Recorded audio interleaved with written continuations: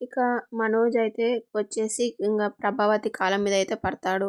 "నన్ను కాపాడు అమ్మా! నన్ను కాపాడు" అని అంటూ ఉంటాడు. ఇంకా ఇక ప్రభావతి ఉండి "రే రే ఏమైందిరా చెప్పు లే లే" అని పైకి ఇక లేపుతూ ఉంటుంది. ఇక ఇక ప్రభావతి అయితే పైకి లేపి "ఏమైంది చెప్పు ఏంటి" అని అడుగుతూ ఉంటుంది. ఇక మనోజ్ ఉండి "మునిగిపోయానమ్మా శాంతం మునిగిపోయాను" అని ఇక ఏడుస్తూ ఉంటాడు. "అసలు ఏమైంది చెప్పురా" అని ఇంకా ప్రభావతి అయితే అడుగుతూ ఉంటుంది. ఇక మనోజ్ ఇలా చెప్తూ ఉంటాడు. 4,00,000 నేను మోసపోయానమ్మా అని చెప్తూ ఉంటాడు. ఇక ఆ మాటకైతే ఇక ప్రభావతి అయితే షాక్ అవుతూ ఉంటుంది. "రే ఏంటి 4,00,000 అని ఇంకా షాక్ అవుతూ ఉంటుంది. దానికి ఒక దారి ఉంది అమ్మా. ఆహ్, ఏంటా దారి అని ఇంకా ప్రభావతి అయితే అడుగుతూ ఉంటుంది. "ఇంట్లో నగలు ఉన్నాయి కదా అమ్మా" అని ఇంకా మనోజ్ అయితే చెప్తాడు. ఆ మన్ ఆ నగలు మీనవి అని చెప్తుంది ప్రభావతి.